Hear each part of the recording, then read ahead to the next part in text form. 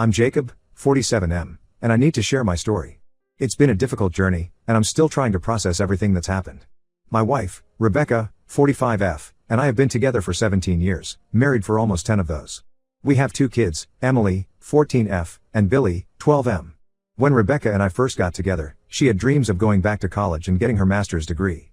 I was supportive of her ambitions and agreed to be the primary breadwinner while she pursued her education. It wasn't easy, but I believed in her and wanted to see her succeed. For years, I worked long hours and took on extra shifts to cover our expenses and Rebecca's tuition. It was exhausting, but I told myself it would all be worth it in the end. Our kids were young, and I missed out on a lot of time with them, but I convinced myself I was doing the right thing for our family's future.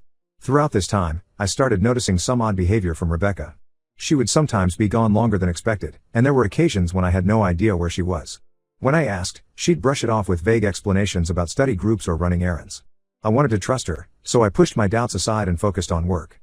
Finally, after years of hard work and sacrifice, Rebecca completed her master's degree. I was so proud of her accomplishment and excited for what the future held for us. She quickly landed a job in her field, and I thought we were on the path to a better life for our family. However, things didn't improve as I had hoped.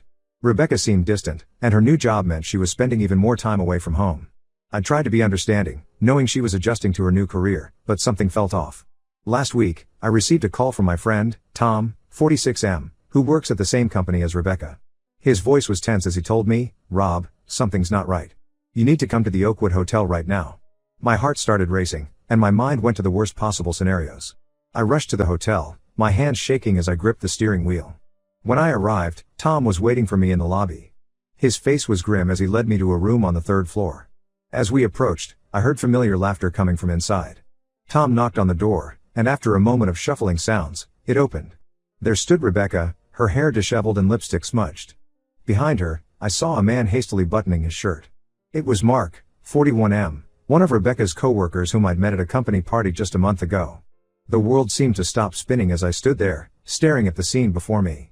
Rebecca's eyes widened in shock, and she stammered, "Jacob? What are you doing here?" I couldn't speak. I just turned and walked away, my legs feeling like lead. Tom followed me, offering words of support that I could barely hear over the ringing in my ears. Over the next few days, the truth came out in bits and pieces.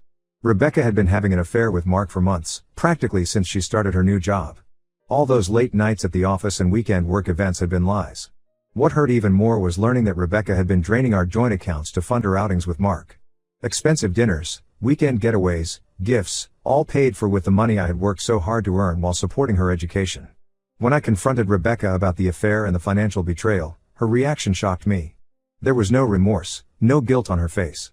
She coldly told me that she had outgrown our relationship and that Mark understood her in ways I never could. I was devastated, but my main concern was for our children. How could I protect them from the fallout of their mother's selfish actions? Rebecca seemed indifferent to the impact on Emily and Billy, focusing instead on her new life with Mark. I filed for divorce immediately. The process was ugly, with Rebecca fighting for assets she hadn't contributed to and trying to limit my time with the kids. It was a battle, but in the end, I was granted primary custody of Emily and Billy. As we sorted through the wreckage of our marriage, another bombshell dropped. Mark was also married, and his wife, Lisa, 39F, worked at the same company. When she discovered the affair, their marriage imploded as well. Now, I'm living in a small apartment with my kids, trying to rebuild our lives. The financial strain is enormous, but I'm doing my best to provide stability for Emily and Billy. They're struggling to understand why their mother seems to have abandoned them for her new life. Rebecca occasionally reaches out, but her attempts to connect with the kids feel hollow and self-serving. I'm trying to navigate co-parenting with someone I no longer recognize or trust. I'm angry, hurt, and exhausted. 17 years of love and support, gone in an instant. I don't know how to move forward, but I know I have to for the sake of my children. Any advice or words of support would be greatly appreciated. How do I heal from this betrayal and help my kids through this difficult time? Update 1. It's been 3 months since my last post, and a lot has happened. I want to thank everyone for their support and advice. It's been a challenging time, but I'm starting to see glimmers of hope.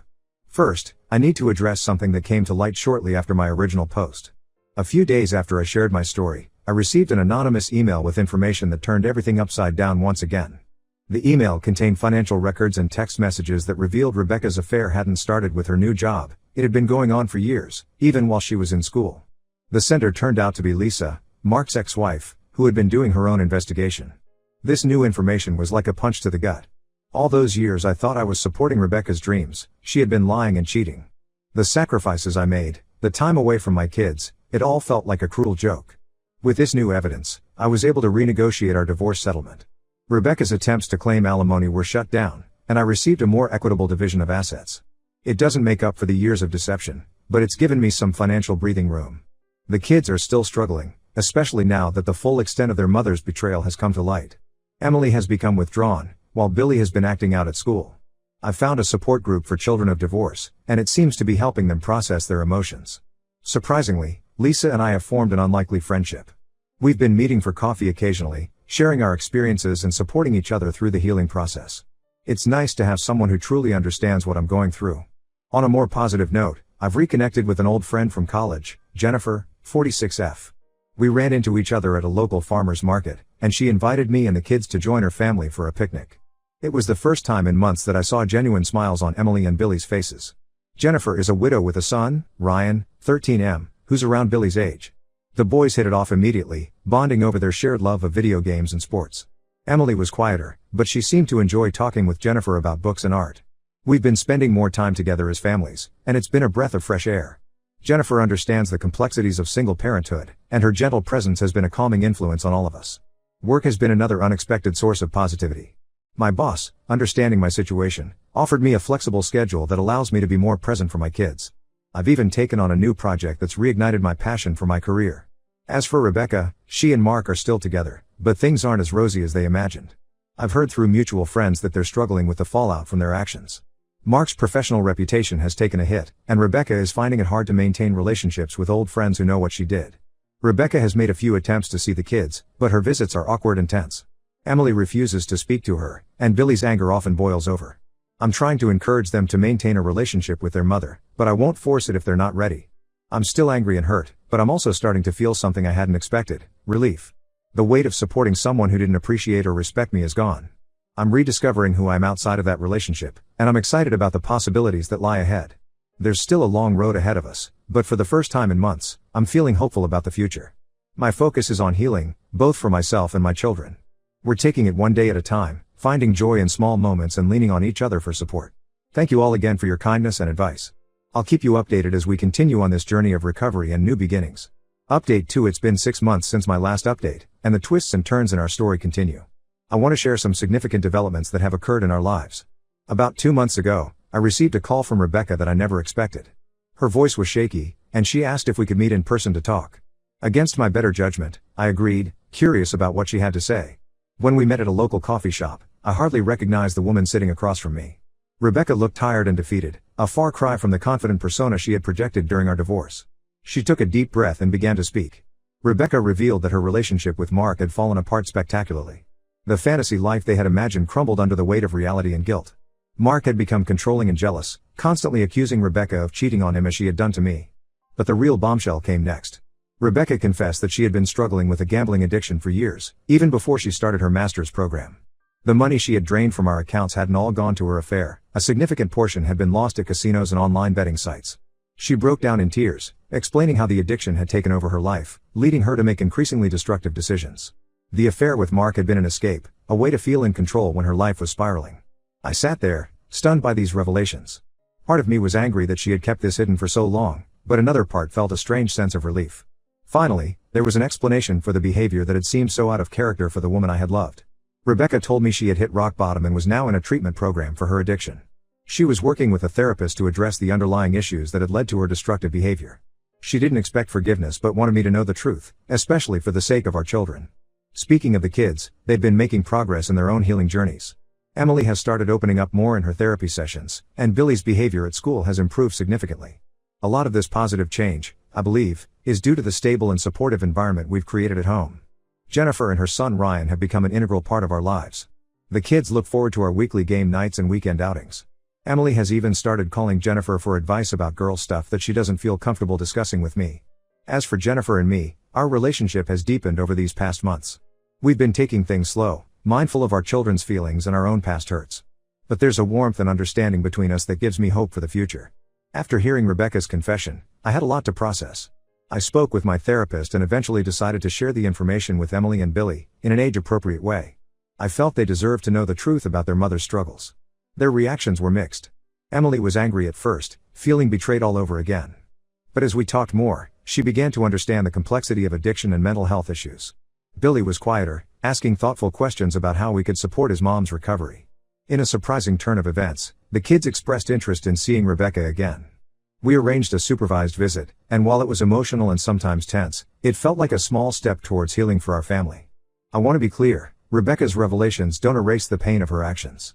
The trust that was broken may never fully be repaired. But understanding the fuller picture has allowed me to let go of some of the anger I've been carrying. As for me, I've been focusing on personal growth. I've taken up hiking, often bringing the kids and Jennifer's family along. There's something healing about being in nature, facing physical challenges, and sharing quiet moments of beauty with the people I care about. Work continues to be a positive aspect of my life.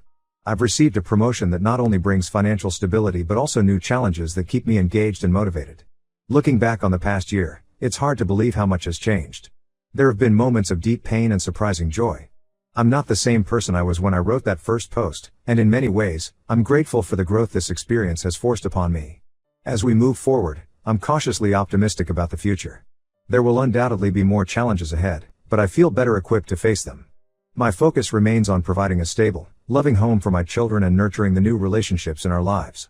Thank you all for your continued support throughout this journey. Your words of encouragement and shared experiences have been a source of strength in my darkest moments. I'll update again if there are any significant developments in our story. Update 3: It's been a year since my last update, and I wanted to share how things have progressed for our family. Life has a way of surprising us, and the past year has been no exception. The biggest news is that Jennifer and I got married 6 months ago. It was a small, intimate ceremony with just our kids and close friends present. Emily was Jennifer's bridesmaid, and Billy and Ryan were our joint best men. Seeing our families blend so seamlessly filled my heart with joy I hadn't thought possible after everything we'd been through. Our honeymoon was a family camping trip, not very romantic in the traditional sense, but it was perfect for us. Watching the kids bond over marshmallow roasting and stargazing, I knew we had made the right decision in joining our lives together. Rebecca's recovery has been a journey with ups and downs. She's maintained her sobriety and continues to work on herself through therapy and support groups. Her relationship with the kids has slowly improved. They have regular visitations now, and while there are still moments of tension, there's also laughter and signs of healing. Emily, now 16, has blossomed into a confident young woman. She's excelling in school and has discovered a passion for photography. She's even started a small business taking portraits for local families. I see so much of her mother's drive in her, but tempered with a wisdom beyond her years. Billy, 14, has found his niche in team sports. He joined the school's soccer team and has made new friends who've been a positive influence. His anger issues have subsided, and he's learning healthy ways to express his emotions. Jennifer's son Ryan, now 15, has become like a brother to Billy and a protective friend to Emily. Watching the three of them support each other through the challenges of teenage life has been heartwarming. As for me, I've continued to grow both personally and professionally. The promotion I mentioned in my last update led to even more opportunities. I'm now in a leadership position that allows me to mentor younger employees, something I find incredibly fulfilling. Jennifer and I have started a support group for blended families in our community.